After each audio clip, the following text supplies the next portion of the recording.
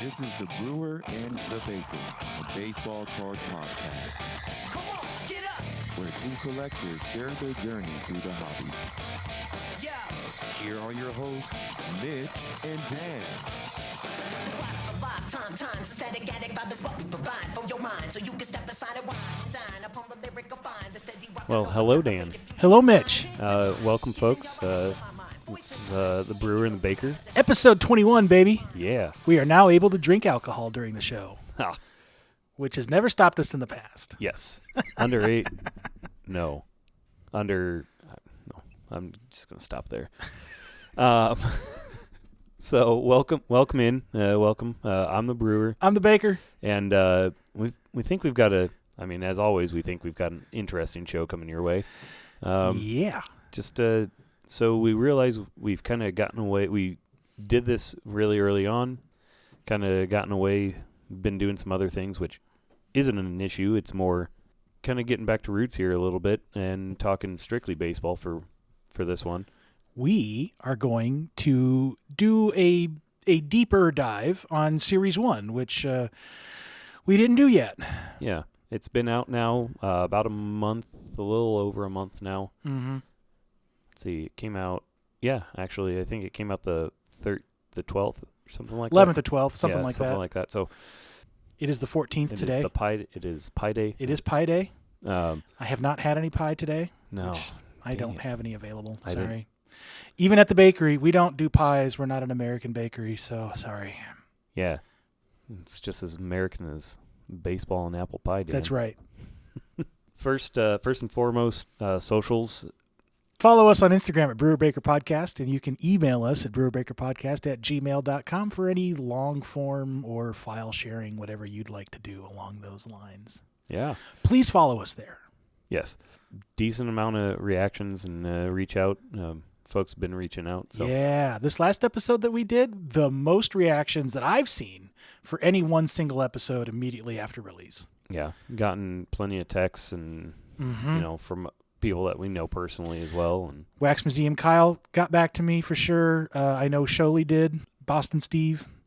So yeah, those two specifically, but there are plenty others that I'm not thinking of right now. yeah, Dan, you finally showcased your full 25 card set, eh? Yeah, speaking of the socials, so last time I went live, which was Tuesday this week, I finally showed off the complete Looney Tunes Ultrability set that I've been working on since the very beginning of the show. I finally finished that at the beginning of the year, like at the very beginning of the year. I finally finished it, but I never showed it off because I just kept forgetting. But I did. So if you'd like to see it, it's just 25 cards. I think it's a really pretty set, and It's die cut. It's foil. it's gold. It's shiny. Mm-hmm. You also showed off at the beginning of that something you'll talk about here in a bit. Mm-hmm. So we'll skip over that for now. Yeah.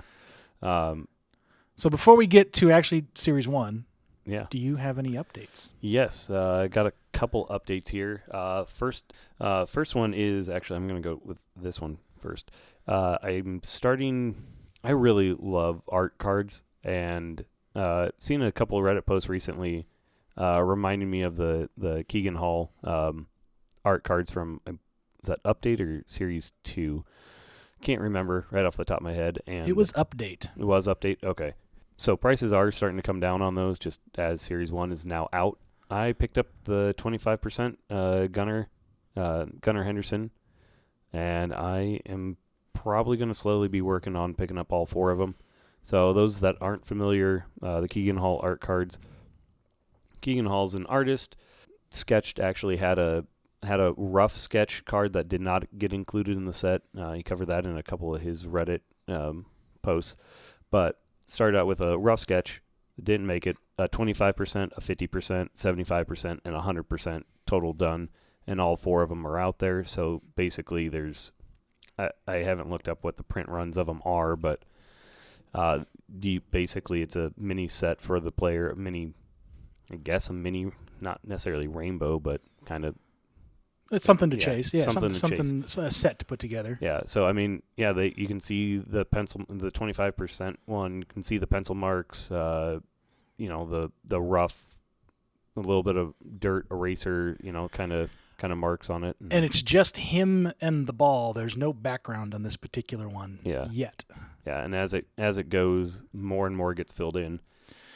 If anyone would like to hear more about those, the guys at PTTF did do a full-on interview with Keegan, sometime in December. So if you want a full hour with the guy, he was really very interesting. It was a good interview. So go back, and sometime in December they did talk to Keegan.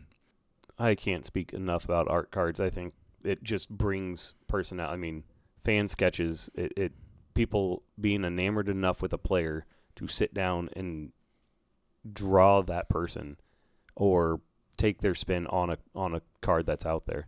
So, second update for me is Thomas Sajasi. because I Can't say it. continue to not be able to say it. Finally picked up a rookie auto. It is actually the rookie debut. Topps Chrome Aqua Wave, which I think it looks really nice, and that's kind of I like the. As far as patterns go on chrome refractors, the Wave is the least obtrusive in my opinion. I mean, I still think like a true blue chrome would look nice with the red. So it's the whites with the red hat, and I think it would look nice. But I think I like the debut card actually better than the base image? rookie. Yeah, the image. So it is the I just said it, the debut card. Yeah. So I really enjoy it. This is going to be the start of my 5. So I finally have my rookie auto. I have the stained glass mini, and luckily he's got a hobby out there. He's got a following, but they're not Bobby prices. They're not Yamamoto prices. They're not, Well, I hope his prices don't skyrocket with his Team Italy stuff. Yeah, I mean, it's potential. I mean, Yeah, Italy's kind of crushing it right now. they've been fun to watch, haven't they? Yeah. So Dan, that pretty much takes care of mine. Other than some. Oh, I guess I can cover that in. Yes, you can. I can cover that in our series 1. Yes, you can. My turn. So, I got 3 cards in. One, I got the 25 Topps Chrome Bobby Witt Fanatical, a case hit card that's not numbered.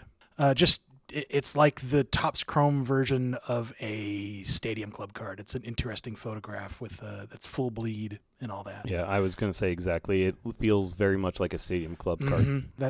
That kind of photograph is what is missing out of Stadium Club this year with the Chrome. Yeah, basically. So it's just a shot of Bobby running out of the dugout at Kauffman. I also picked up, and thank you to that influencer that I know he is, Iowa Dave, for making me purchase a card that I would not have purchased otherwise. But making you? Oh yeah, I had no choice in the matter. You were so influenced. Yes, because I was so influenced. He actually loves this set. It's the 2004 and also in 2005 Topps Chrome Red X-Fractor. So I came across on the eBay a red X-Fractor from 2004 of Mike Sweeney. Okay. According to, because I messaged Iowa Dave after I purchased it, cursing him out for making me purchase the card. So I had a short conversation about these in to kind of give you an idea of how things have changed. In Series 1 of Topps Chrome in 2004, they were one out of every. They're not numbered, but they figure they're around 63 of each copy. In Series 2, which is what the Sweeney card is, it's 61 copies. And in 2005, they are numbered and they're out of 25 for both Series 1 and 2. So I'll be on the lookout for a Greinke at some point from 2005. He told me that according to Card Ladder, none of those have sold since 2019 or 18 or something like that. All right. But so I'll be on the lookout for that at some point. I'm assuming whatever arm I have to give to purchase that. Yeah. I'm assuming back then it was a shorter checklist as well. No, it was not. The Series 1 was 200. Well, Series 1 and 2 were both 233 cards. So it was Okay. a 466 card checklist for Topps Chrome. Now it's a 200 card base set, and Okay. that's it. So it's more than double what it is now. But it was split up over time. Yeah. Okay. I got those, and I teased a card last episode because it was at authentication, and it came in on Monday. And this is the first card that I showed when I went live on Tuesday. Very briefly, but it is there. Mm-hmm. The 2025 Topps Series 2 Bobby Witt Jr. All Kings. Now, I have fallen in love with this set. I knew that I wanted one as soon as they announced it.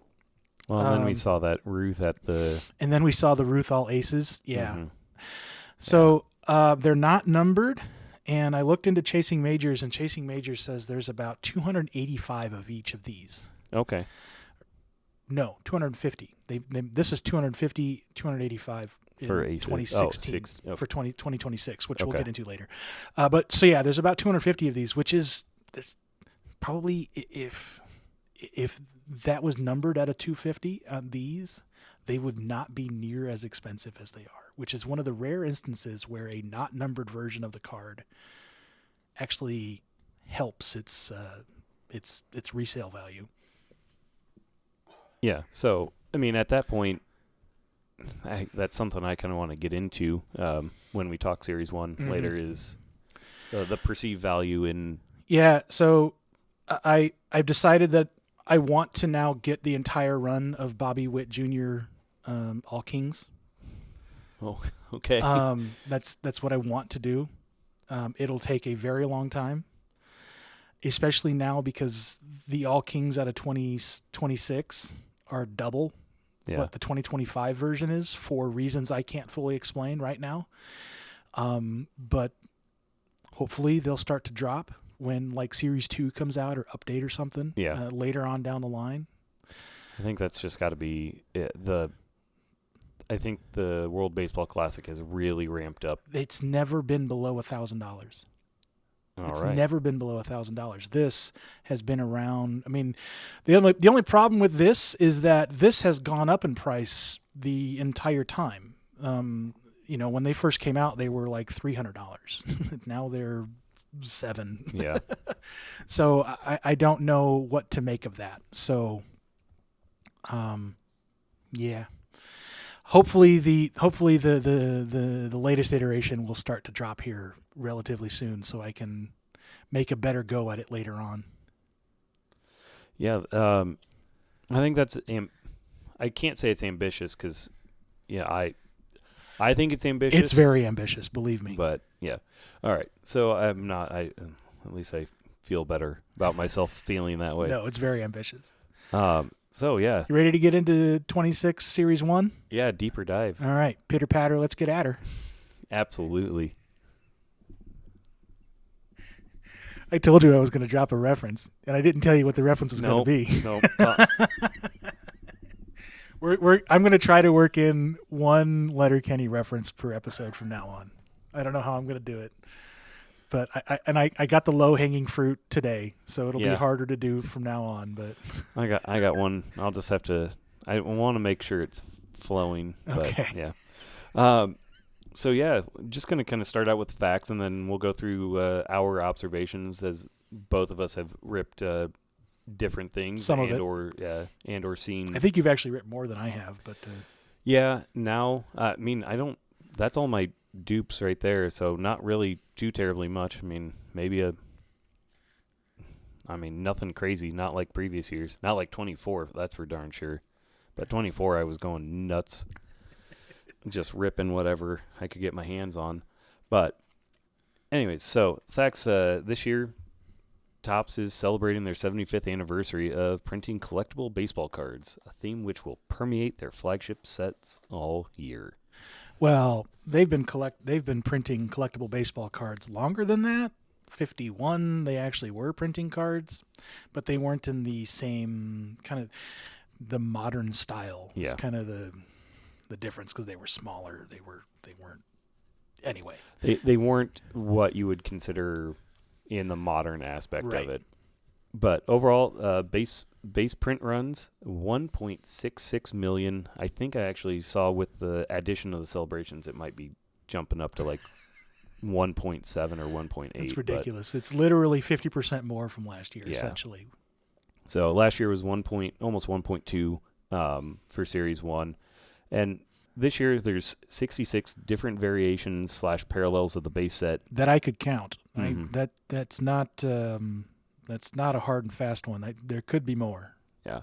So it does include several variations that parallel only certain players, not the full checklist. For instance, the clear clear and the team color parallel, those only parallel 100 people in the entire 350 checklist. It's not the entire checklist. Yeah, even Holiday, well then, yeah, Holiday only parallels 100. So I mean, it's still Right. it depends, and that's something I specifically want to talk about is different, well, formats, I guess. Sure. So, Dan, I guess what are your big takeaways? What are your Sure. So they really didn't they really didn't innovate a whole bunch in this particular iteration of it, which I kind of understand. I kind of get it, right? They're supposed to be looking back. It's the 75th anniversary. So Yeah. I kind of understand them not introducing any new chase inserts or something like that. also without stepping on the toes of archives too? So Right. So I kind of understand it. I still think it's a little disappointing that they didn't introduce anything. So yeah, I mean, all the same chase inserts are still there. The all kings and all aces, the heavy lumber and the home field advantage. Those are all still there. Kind of disappointing, but I understand it. This being the 75th anniversary, there are a few new things though.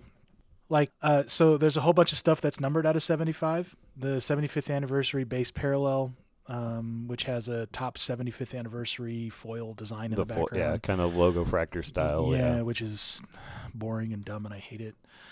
They did keep the black parallel, so that's still out of 75, which is good. Which is interesting because, that one marches up every year. So last Yeah. year was 74 and Yeah. 73, blah, blah, blah. So, it's kind of nice to have that overlap. In my opinion, it's nice to have that overlap. Right. They did add the 75 years of Topps Auto, which is a die cut. Those actually do look kind of cool. Yeah, I do like those. But they have 77 players or 77 subjects. They are out of 75, thankfully, but they have right 70. there. Right, and I looked at I looked specifically at the checklist, and for instance, there are 2 Greg Maddux cards, one in a Cubs uniform and one in a Braves uniform. So it's like, well, there's one you could cut right there. Yeah. Yeah, I would want to look at that. I haven't looked at that checklist fully. Yeah, and then they also, which I think is cool, they have one of the variations, not a parallel. One of the variations to the base set are rookie players in the 1952 design. Yeah. So those I've I seen a think Jack Caglione, and they're not. Those are rare. They're very rare. I don't know exactly. They might be out of 75 as well. I'm not exactly sure. It doesn't parallel the entire set. I think it's only rookies. It's 25 card checklist from what I can. Variation base 1952, 110 of 25 players. Okay. So 110 still is pretty rare. I mean, really anything under 250 at this point is fairly rare. Well, especially in a set that has more than 1.5 million of each base card. Right. Yeah. And and that's base cards, not including the inserts, not including. Right. I mean, that's. We'll get into that. Yeah. Finally, the big non-autographed chase card is the All Kings and the All Aces. This time around, they combined both of them. Last year, they did All Aces in Series 1 and All Kings in Series 2. There was a 20-card checklist in Series 1 and a 25-card checklist in Series 2. This year, they did both at the same time. There are 10 All Aces and 15 All Kings. So I was wondering as we were planning this episode, wondering out loud how they were going to do that. Did they blow their wad the entire to start off with, or what? With that small of a checklist, they're probably going to do another 10 and 15 in Series 2. Yeah. So we'll see how those come out in Series 2. Kind of like the 91 inserts or Right. where you have 100 and now Series 2 has another 100 Right. or whatever it is. So I think that's what they're going to do, which I thought was interesting. Not an all queens at this point. No, I don't know what they would. They've only had what all right. So you have what the Marlins. The Marlins front office lady, the coach that's in the San Francisco Giants system, and the lady who umped. That's about it. That's all they could do. Well, yeah. I think didn't you float an idea previously? No, I don't believe I did. Well, okay. I heard it somewhere then, but I thought it was a cool idea. All deuces, and it's Oh, yeah. yeah. Basically going up the sets, chasing the positions. Mm-hmm. And anyways, before I mentioned that we would talk about print runs for all kings and all aces and things like that. yeah, 300 all aces out of for each of the 10 subjects, and about 285 all kings for the 15.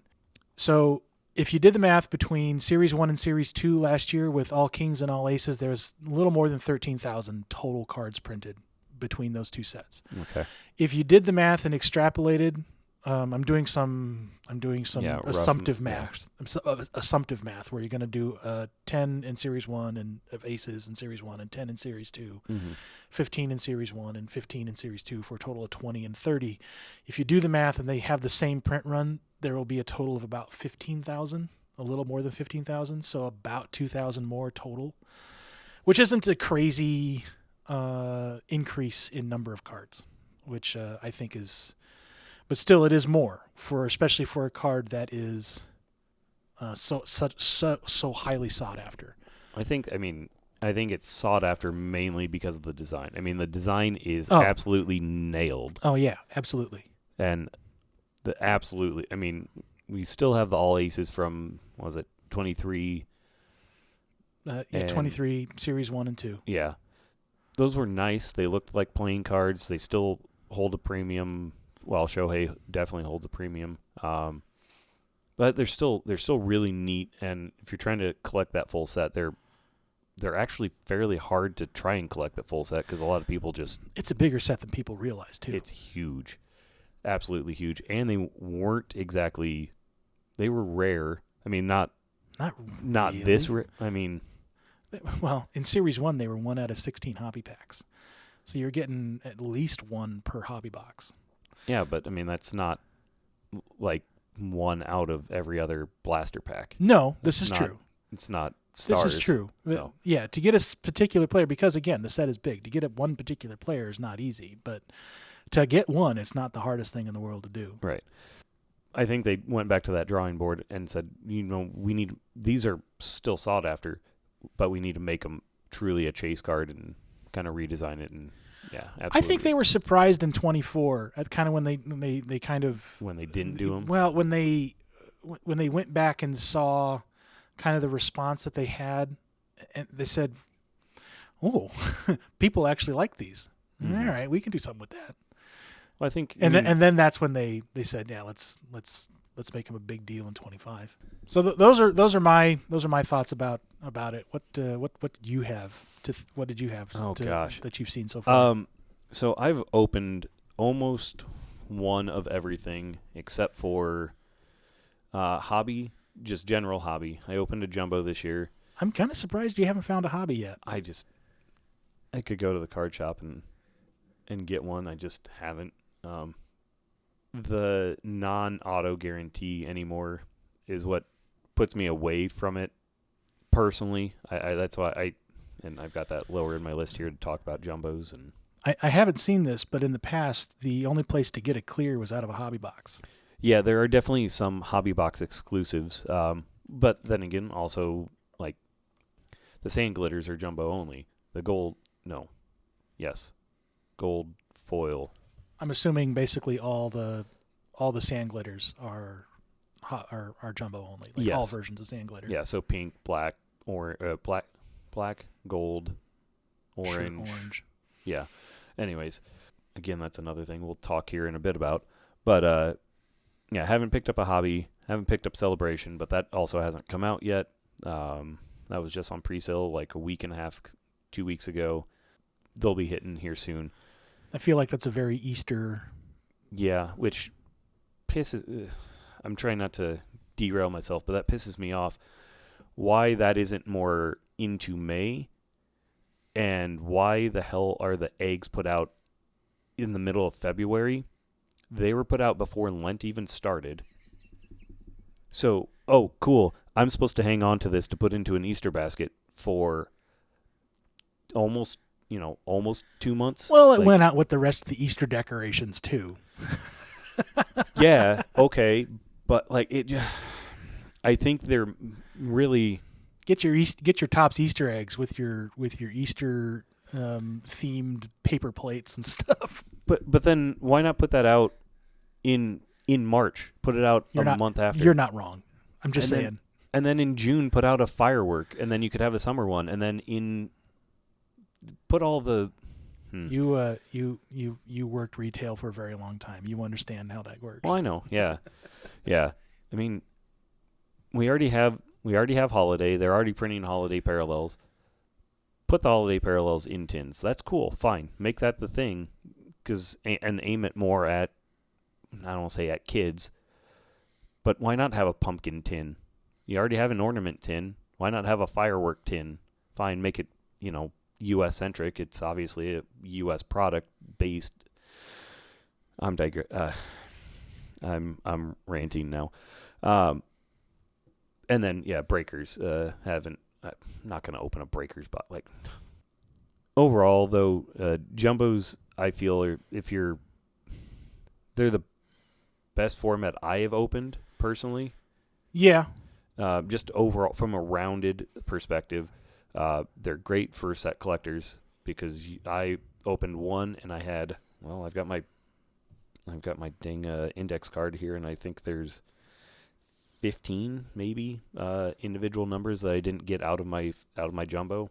So perfect for set collectors. The parallels are, there's exclusive parallels, and if that's the thing you're chasing. To sum it all up, the expanded formats have really done a number on what you have for choice. So between display packs, fat packs, hanger boxes, blasters, tins, celebrations, super boxes, celebration, megas, hobby jumbo, and breakers delight boxes. And each and every one of those have their own exact parallels. And then that's not touching the Japanese ones. It's not touching the Canadian specific boxes. Yeah. So there obviously is something out there for everyone, but that I think is also what's driving this crazily expanded checklist for parallels. And you remember what I said last episode about Series 1 or flagship being too complicated? Yeah. Yeah. This is why.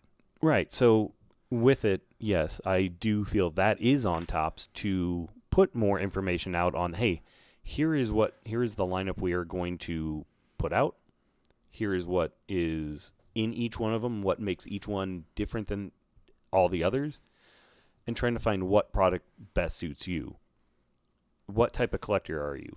If you are somebody that is strictly not necessarily a collector and you're more of a turn and burn sort of, card person, sorry. Spend the money for the Breakers Delight box. In the past, you're going to hit some of the bigger things. You might wind up with something that you do end up wanting to keep, but generally you're going to turn around and have a higher dollar card to turn around and sell. If you're looking for set collecting, obviously jumbos. If you're looking for a cheap rip, but then high chance of quote unquote hitting it big, pick up a hanger. Hangers are this year, but I mean they're all out on the all out on the odds list, but trying to parse an odds list for somebody that's not a math forward or math centric person, it's mind numbing.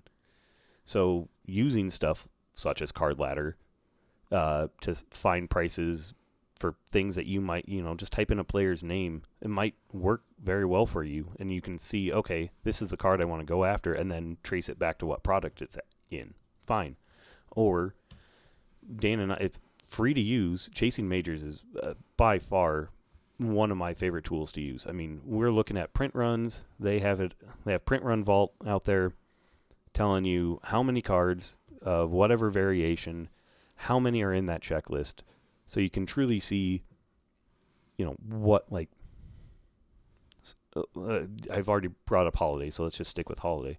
So, like, the base Holiday parallels, there's 6,600 of 100 subjects in there. That's not, we've already talked about the total print run. That's actually a rather small number as a part of that. Or the polka dots, that the next most common one is still 3,300.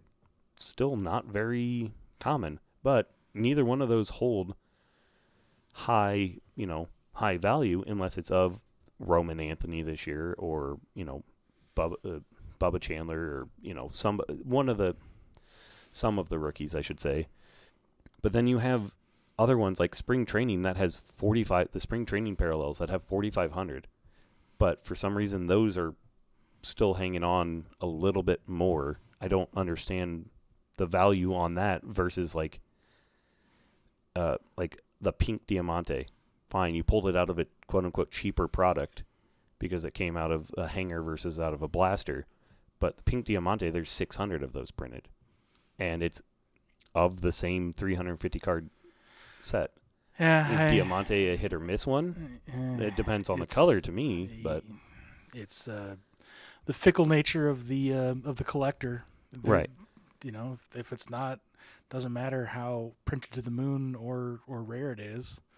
If people want it, there's 250 of the Bobby Witt, all kings that I have. Mm-hmm. It is much more expensive than a Bobby Witt out of 50 from the same set. Right. Yeah, it does. Yes. I mean, and ultimately, obviously, you collect what you feel like, or what you want to collect. Right. And I guess that kind of brings me to the next thing I want. I mean, put you on the spot a little bit, but do you have a top 5 and a bottom 5 for parallels? I forgot we were doing that. I mean, we don't have to, but no, it's good. Hold on. Hold that thought.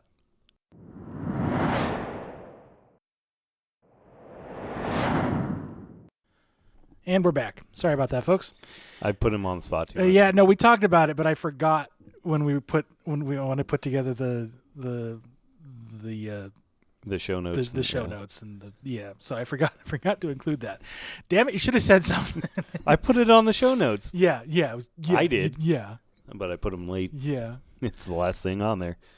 All right, so top 5 in no particular order because I didn't have time to rank them. No, that's fine. No particular order. I do love the sand glitter. Yes. I do love the sand glitter. That looks really good, and they have done away with a lot of the really similar ones. Mm-hmm. So it's just the sand glitter. That looks really good. It's not very. That pattern is not very obtrusive. Right. That some of the other. You got the patterns sand glitter. That's the tiny dots. Yeah. Versus the glitters or whatever that are bigger and. I like the gold rainbow foil. That's really good, nice and clean. Gold is always good. I think you knew I was going to say something like that. Yeah. Same with gold diamante. Gold diamante is great. And the black diamante is also really good. We talked about this earlier today. Mm-hmm. The diamante pattern is essentially the foil version of the atomic, and so colored atomics, just really pretty. Yeah. And the black, just the plain black paper. Yeah. Gotta love it.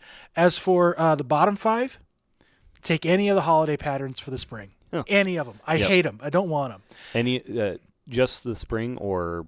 If we're talking Series 1, because Series 2, which is more summer, and is more related to baseball because it's summer related than the other ones. I love me some hot dogs. So I don't hate them as much. Yeah. I don't particularly like them, but I don't hate them as much because they're related more to baseball than bunnies and Chicks, watering cans, and eggs. Yeah. Yes, and watering cans and BS like that. So yeah, any of the holiday stuff for Series 1, no, it doesn't matter. All of them are bad and terrible. I hate them. Okay. It's fair. So that takes out your whole bottom 5. Yes. You just fill it out with holiday period. Yeah. That's fair. All right. I'm pretty similar on my top 5. I like the Black Diamante. I've now pulled 2. I think they look really good in hand. I think they really do. I pulled one last year. It was a pitcher who was out for Tommy John. Hey, I'm going to be a little bit more specific with the sand glitter. I like sand glitter as a whole, but I think I like either the black or the gold sand glitter the best. Again, it pops, but it's not intrusive. It still draws the eye to the player, to the main photography. And we've already discussed that the photography is, to me, really cool. I have to say, even though, I don't know, this would be number 5 if I was to put them in order, but just the base gold, the 2026 to 2025. It's not a good gold this year. It's not. It kind of does It's suck this year. tan. But I'm still a sucker for the gold. I don't hang on to a lot of them. I try and resell most of the ones that I do get, even though I like them. I only hold on to the players that I want to hold on to. But I still, so let's see, that's 3 for me. I'm in between Independence Day. I like Independence Day. I've only seen one in person, and I don't think it worked for that player, but overall, as long as they are, like 2018 Independence Day, pretty freaking cool. I know 2018 Independence Day is the best flagship parallel they've ever made. Independence Days have never come close to that since then. That's fair. That's fair. And then I like a true red hollow, not hollow, true red rainbow foil, like a true red foil. It's good. It's pops. It's a good one. Yeah. I like the boldness of it. And it does work. There's a lot of blue in baseball, and that red-blue combo just really works for me. Something I want to cover just real quick, because there is rainbow foil, hollow foil, blah, blah, blah. The hollow foils, overall, probably bottom for me. I'm not going to blanket it, but overall, hollow foils, they don't really do it for me. They really don't. Even though I like the idea, they just get too busy. Second would be aqua, just the aqua rainbow foil. It's funny that you like the aqua chrome so much. I like the aqua chrome because you can actually frickin' tell it's aqua. Okay, that's fair. That's fair. The aqua foils are barely blue enough to. Yes. Me that's colorblind. Right. Going through and trying to make my binder. I'm a sucker. I collect all the not all of them, but I put all the inserts into a binder page, and then I'll go through and sort out and sell if I don't want to hang on to them. I found a couple aqua hollow foils or aqua rainbow foils in there. I couldn't until I got them next to regular. I couldn't tell. No, you're not wrong. It not bugs wrong. the crap out of me. Third would probably be almost any of the pinks. It just does not work for me, except for like the pink Mother's Day, which actually, you know what? Did they even do a pink Mother's Day this year? Maybe that'll be in Series 2. I don't. There's a pink Diamante, pink hollow foil, but I don't see a pink. Yeah. I don't see a pink Mother's Day or a Father's Day for that matter. But maybe those will be coming out. They kept Independence Day and Memorial Day, but yeah, they got rid of the Mother's Day and Father's Day stuff. Yeah. Weird. The pink Mother's Day does work. I like it, but I'm talking specifically. I don't like the pink hollow foil. The pink foils. Yeah, the pink foils. They just don't. So let's see, that 3 or 4. I don't remember. But then I'll just blanket it with the rest. Yeah, I'm with you. Holidays, I can take like maybe the umbrellas and maybe the polka dots, but like the rest of it, again, maybe.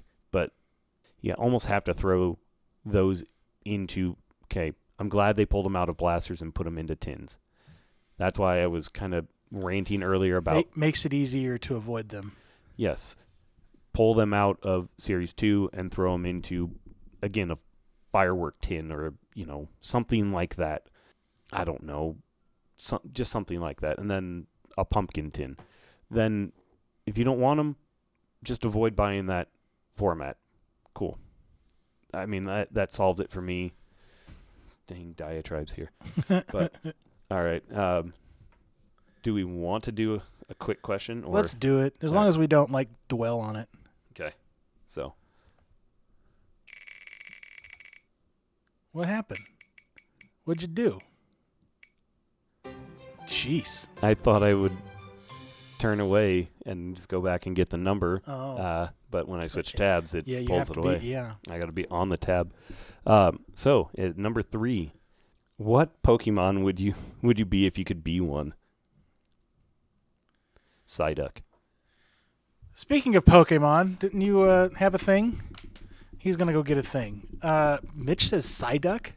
You want migraines for your entire life? That's a terrible idea. No, just got to keep me calm.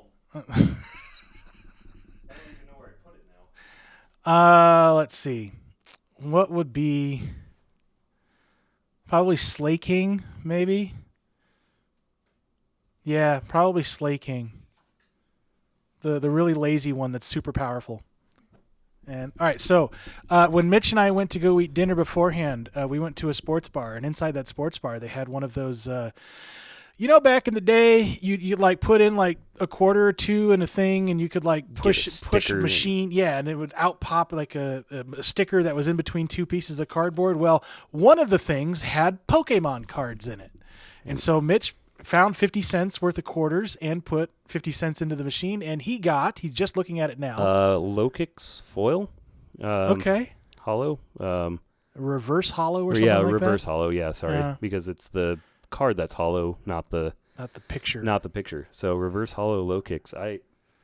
Low-kicks, I believe, is not the most recent one, but the pretty second, recent. Okay.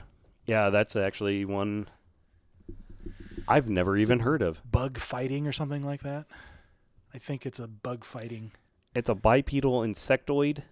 Actually, no. Hold on, let me push my glasses up my nose. It is bug and dark. Okay. Yeah. So, the anti-psychic. Yeah. So, number 919. Holy cow. Yeah, they're over 1,000 now. Oh wait, sorry. 920. Excuse me. Sorry. Number 920. My bad. Don't have my Pokedex in front of me. I need that. But actually, that's kind of cool. 50 cents. I mean, yeah. I don't know a darn thing about Pokemon cards. Send that off to ComC. They'll sell it for you. I've got a handful of them. I've been more into Magic lately for TCG, but yeah. Yeah, for 50 cents. Who knows? You could have gotten a Charizard. I could have gotten a Charizard. I could have gotten a full art or SIR or something. Right. I guess those are full arts. But anyways. I don't know. Yeah. Don't know those Could have been a boat. Could be a boat. I mean.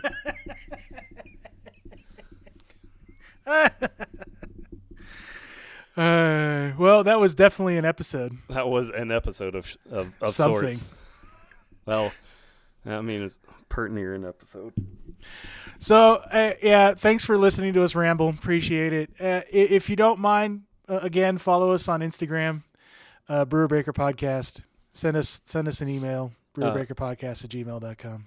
Preview of our next show. If you're in the Omaha area, let's see, the 29th of March, there is a card show at Infusion Brewing. We will actually be doing... Which location? Is there more than one? Right? There's only one location now. Oh, okay. Location's about 118th and Harrison-ish. It's southwest, okay. southwest yeah. location. By Rotella's.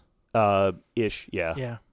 Restaurant Depot's right around there. Extended stay, blah blah blah. Yeah. Right off the interstate. Anyways, if you're in town, stop by there. We're actually going to be sitting down and just having a sign.